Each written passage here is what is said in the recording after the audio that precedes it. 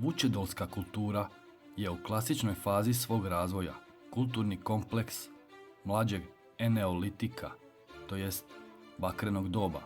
Nazvana je po lokalitetu Vučedolu, 5 km istočno od grada Vukovara. Isprva ju arheolog Gordon Child naziva slavonskom kulturom, no nakon sustavnih istraživanja lokaliteta Vučedol taj se naziv napušta.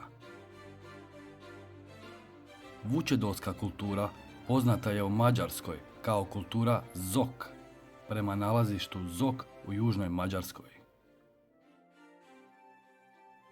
Do svoje kasno klasične faze mogli smo ju pronaći u okolici Srijema, istočne i posavske Slavonije te okolice Bjelovara. U svojoj kasnoj fazi bila je u svojim regionalnim varijantama i u Austriji, Mađarskoj, Južnoj Slovačkoj, Rumunjskoj te Bosni i Hercegovini. Eneolitička kultura 3. tisućljeća prije Krista nazvana je po nalazištu Vučedolu na Dunavu kraj Vukovara. Nositelji rane i klasične vučedolske kulture svoja su naselja smještali na visokim prapornim terasama uz rijeke ili na obroncima brda. Većina je bila utvrđena dotjerivanjem strmih padina, palisadama ili vodenim opkopima. Posebno je obilježje kulture bogata i raznovrsna keramička proizvodnja. Među oblicima se izdvajaju raznovrsne zdjele, amfore sa uskim cilindričnim vratom, zdjele na niskoj nozi, zdjelice na 4 nožice, jajoliki lonci i niz specifičnih oblika poput posude u obliku golubice, odnosno jarebice. U samom Vučedolu živjelo je oko 2 do 3 tisuće stanovnika, te je bila riječ o jednom od najvažnijih centara tog doba. Vučedolska kultura završava oko 2500. godine prije Krista, a u samom Vučedolu oko 2200. godine prije Krista. Vučedolska kultura je uz Vinkovačku kulturu u unutrašnjosti te Cetinsku u Primorju jedna od najznačajnijih kultura metalnog doba u Hrvatskoj. Dalje u videu uživajte u ovim kadrovima koje sam snimio. Hvala na gledanju i bok!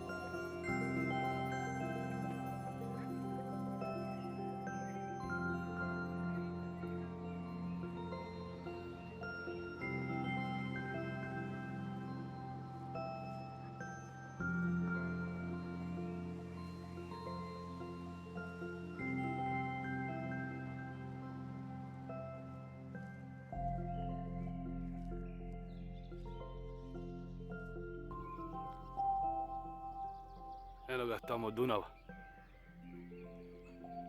Otići ću malo kasnije do tamo.